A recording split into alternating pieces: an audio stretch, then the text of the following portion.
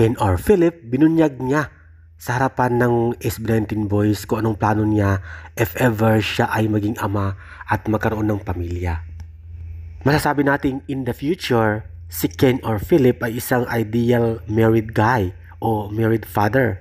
Gusto ko na isikreto sa siya magkaka-family ako, no, di ba? So, Private. Na ikaw yung tatay niya. Ganito ako dati. Yung background mo. Napakahirap naman yan. Mysterious, pang pelikula. Kasi, usually kasi... Parang hirap naman nun.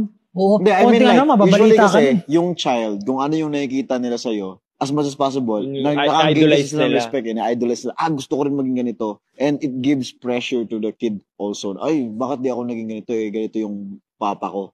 Dapat ganito rin ako. So, siyempre, kung baka gusto ko sila na magkaroon ng sarili ng path, kung baga meron silang sariling desisyon, and ayoko manghimaso kasi. Pero depende naman sa iyo kung paano mo siya papalakihin. Gotta teach him young, bro.